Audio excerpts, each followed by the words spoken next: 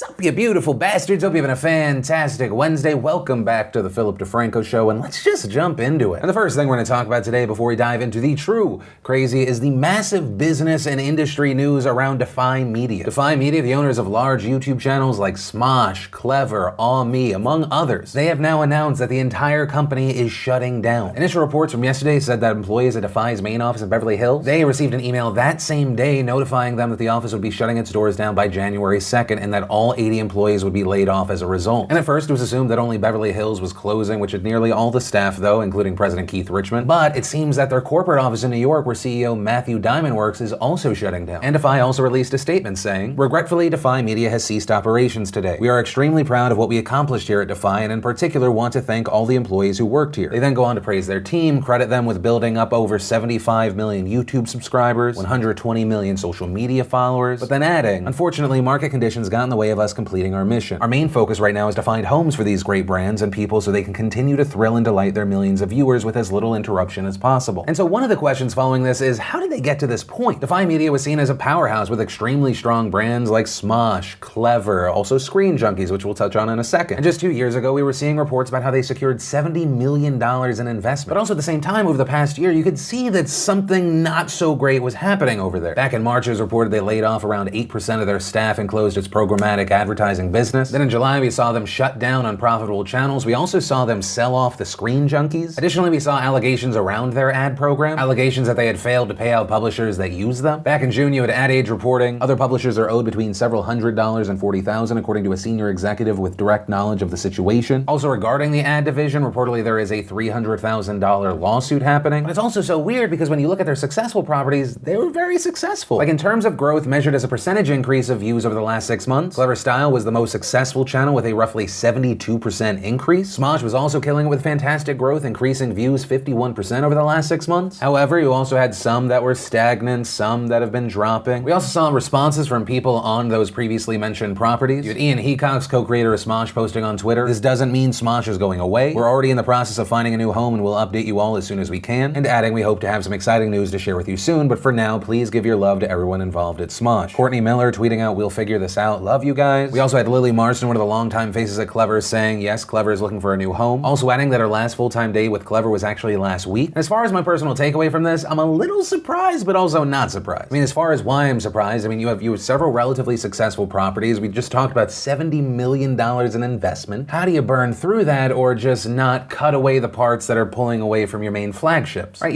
Rather than trying to sell off the properties and shutting down. And actually, while recording this video, Anthony Padilla, who of course started Smosh, he's no longer a part of it. He released a video talking about his thoughts around it, and he asked a similar question regarding the money. That company was drawing in millions of dollars every year, and I was seeing a fraction of that. I have no idea where all that money went that the company was making, which I also just read had millions of dollars invested into it last year.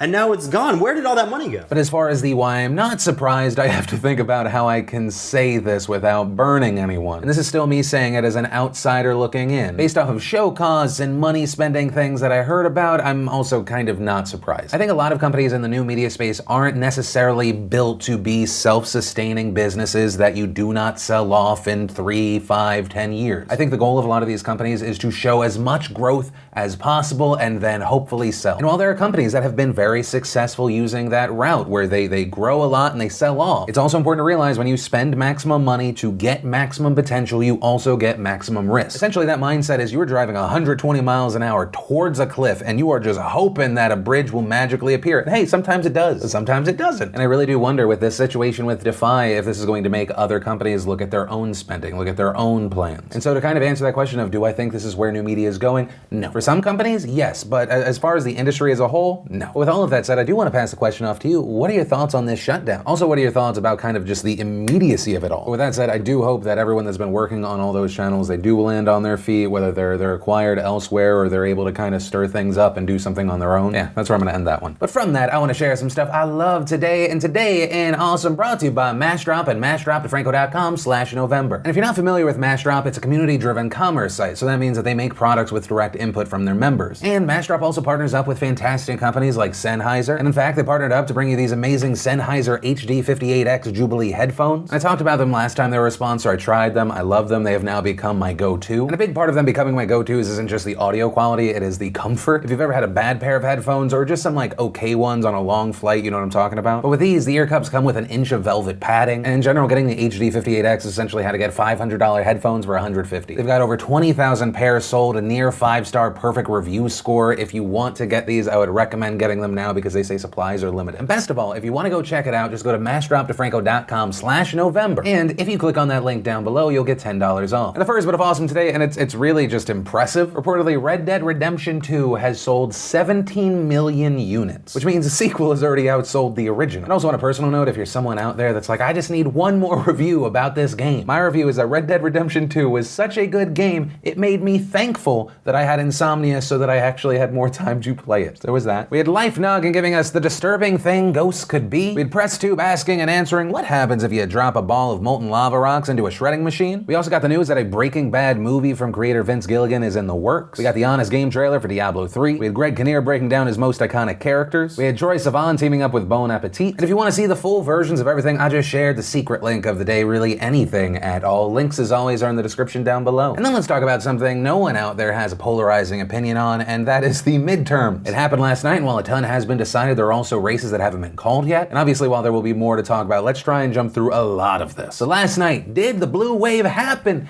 Not really. I wouldn't describe it as a tidal wave, more enough of a wave to have Nancy Pelosi kind of boogie board into shore. Democrats were able to get the seats they needed to gain control of the House, and Republicans not only held the Senate, it seems likely that they'll grow some too. And so what that means is we now have a split Congress. And we'll start with the Senate, where as of recording this video, Republicans have at least 51 seats, with Democrats having 46. Right now, we're waiting on 3 more races to be called in Arizona, Florida, and Mississippi, although it's not crazy to think that Republicans will get 54. And where we saw Republicans thrive here were rural states that voted for Trump in 2016, but had Democratic senators. In Indiana, Republican Mike Braun beat incumbent Senator Joe Donnelly by 10 points. In Missouri, Republican Josh Hawley defeated incumbent Senator Claire McCaskill by 6 points. In North Dakota, we saw Republican Kevin Cramer beating incumbent Senator Heidi Heitkamp by 10 points. And it's very likely that you can add Florida to the list because right now, Republican Governor Rick Scott is leading incumbent Senator Bill Nelson by 50,000 votes. And while we had an idea that Republicans would be able to hold and maybe even add a seat or two, this win is huge for the GOP. And if Rick Scott wins there, it's also actually historic. 4 Senate incumbent defeats for the non-presidential party in a midterm would be the most losses since 1934. Also, 1 Democrat incumbent that was able to survive was Joe Manchin. He won the state of West Virginia by around 4 points. And that's of note because Manchin's the only Senate Democrat who voted for Brett Kavanaugh's confirmation. Also, it is important to note that Democrats did actually pick up 1 seat last night, that being in Nevada, which isn't the most surprising because they voted for Clinton in 2016. We also finally saw the end to the Beto O'Rourke, Ted Cruz situation. Ted Cruz, as predicted, ended up beating Beto O'Rourke, although it was only by 3 points. And so here we saw a lot of people saying, yeah, it's a win for the Republicans because Ted Cruz is actually in the Senate. But at the same time, you had Democrats saying, no, what Beto O'Rourke did here is massive, arguing that Beto O'Rourke had no reason to be as close as 3% since Ted Cruz last time he won by 16 points. And so we saw some Democrats saying that Beto O'Rourke is perfectly positioned to potentially run for president in 2020. Right, and one of the ideas around that is if he can make Texas that close, then potentially could he pick up some of the swing states that Obama got in 2012, that Trump picked up in 2016. But a big point I want to hit on here is we literally just had the midterms. There are some races that aren't done. We'll get to that eventually. We'll talk about that soon. But also, once again, it really needs to be hit on how important it was for Republicans to maintain the Senate and possibly even grow. I mean, with a Republican majority like this, it means that Republicans are going to be able to confirm dozens of Trump's federal judges over the next 2 years. And getting conservative judges on the bench has been a major priority for Republicans, and because they're not so close to 50, they can probably go a little more conservative. And then we look at the House of Representatives. As of this morning, Democrats have control of 223, while Republicans have 199. But that still means that as of right now, Democrats have flipped 32 seats, while Republicans have only flipped 5. And as far as the reason for these gains, many experts have been pointing to the suburban areas, places that analysts have been referring to as the Romney-Clinton district. Right, these places outside of major cities have voted for Republican presidential candidate Mitt Romney in 2012, but also voted for Democrat Hillary Clinton in 2016. And over the last few years in these areas, we've seen voters becoming more moderate. Now, as far as what Democrats could do with this new control over the House, it's going to be interesting. I mean, as far as what this means for Trump,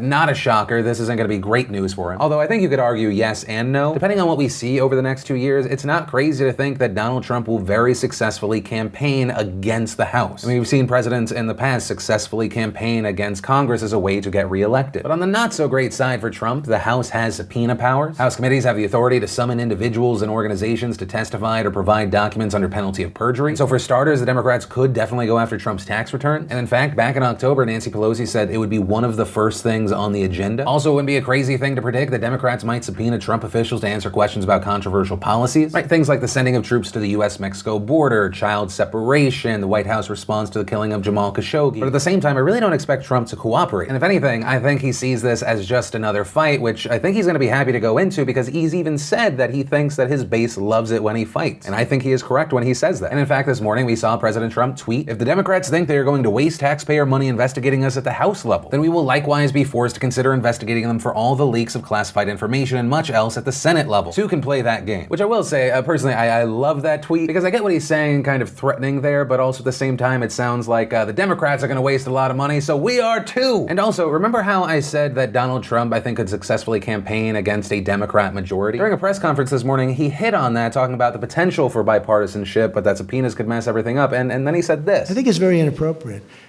We should get along and get deals done. Now, we can investigate. They look at us, we look at them. It goes on for 2 years. Then at the end of 2 years, nothing's done. Now, what's bad for them is being in the majority, I'm just going to blame them. You understand? I'm going to blame them. They're the majority. Honestly, it makes it much simpler for me. But that said, we can move to governor. There were 36 gubernatorial seats on the ballots last night, 26 held by Republicans, 9 by Democrats, 1 independent in Alaska. And as we talked about on Friday, these races were even more important than normal because governors elected this year have veto power over congressional maps. Right, in those congressional maps, they're going to be redrawn after the 2020 census. What we ended up seeing is that Democrats were able to flip 8 states their way, while Republicans, as of right now, haven't been able to flip any, but I say as of right now, because as of recording this video, they're saying Alaska and Georgia, it's too close to call, although it is leaning in the favor of the Republicans. And while I think the Democrats are still hurting from losses like that of Gillum in Florida, this is a net win for them. In addition to other things, it essentially means the Democrats have more state power to fight back against Trump. We also had those attorneys general races that we were talking about last Friday. And as we said there were 8 races to keep an eye on, 7 that could flip Democrat, 1 that could flip Republican. And what we ended up seeing was that the one race that could flip Republican, that was the race in Minnesota, actually didn't flip. The Democrat there, Keith Ellison, ended up winning by 4 points. And of those 7 states that could have flipped Democrat, we saw 3 flip, 3 didn't, and 1 is still too close to call. Before I jump into my final thoughts on this, I wanted to mention a few standouts, and this is by no means all of them. 4 states had marijuana measures on their ballots. Missouri and Utah approved medical marijuana. Michigan approved recreational use. And North Dakota rejected recreational use, but they already have medicinal use. And so as a country, that means we have 33 states with medicinal use, 10 plus DC with recreational use. It's something that appears to be more and more accepted. We also saw Kim Davis pop up in the news. She was facing her first re-election campaign since she made headlines in 2015 after refusing to give marriage licenses to same-sex couples, and she ended up losing to Democrat Elwood Caudill Jr. by about 8 points. Also, with this story, I saw some people saying that she lost to a person that she refused to give a marriage license to. That is not accurate. The person people are referencing is Dave Ermel, and he actually lost in the Democratic primary to Caudill. Also, in Nevada's 36th Assembly District, Dennis Hoff won, which is actually really standout news because he died a few weeks ago, but he still won. Then, actually, before I get to the last thing that was actually on the ballot, last night we saw a lot of talk around celebrities. For example, yesterday you had Beyonce 3 hours before the polls closed posting a photo of herself wearing a Beto hat. And there were a lot of his supporters that were really, really excited about this, so happy. And then we saw O'Rourke lose, and then we saw some people online going like, why did you endorse him so late? There's people like David Corn tweeting, someone should tell her that the time to stand and be counted was, well, any time before she did this. But on the other side of this, you had a lot of people defending Beyonce. Popular tweets like, apparently 59% of white women in Texas voted for Ted Cruz, and white people are on here talking about what Beyonce should have done differently. Just talk to your relatives. Online, we also saw a good number of people mocking Oprah and Taylor Swift. And it wasn't just random people. You had people like Fox News host Laura Ingraham tweeting that among others, Oprah was one of the night's biggest losers. Oprah was supporting Democrat Stacey Abrams in Georgia. You also had a lot of people mocking Taylor Swift because the guy she backed ended up losing. Among others, you had Laura Ingraham again tweeting, hey Taylor Swift, haters gonna hate, hashtag shake it off. And I will say, while I have complicated feelings as far as celebrity endorsements of candidates, I will say while Taylor Swift made it abundantly clear why she was not for Blackburn, she stated who she was voting for, the reasons why, but she hit on this thing that I think is incredibly important. Please educate yourself on the candidates running in your state and vote based on who most closely represents your values. For a lot of us, we may never find a candidate or party with whom we agree 100% on every issue, but we have to vote anyway. And I really agree with that last part. But at the same time, I really do question the effectiveness of the celebrity endorsement. I mean, one, I don't think that you should vote for someone just because a famous person you like says to vote for someone. If they bring the person to your attention and you look into them further and then you go, oh yeah, I agree, Great. But the people behind these campaigns and the celebrities themselves, you need to kind of consider,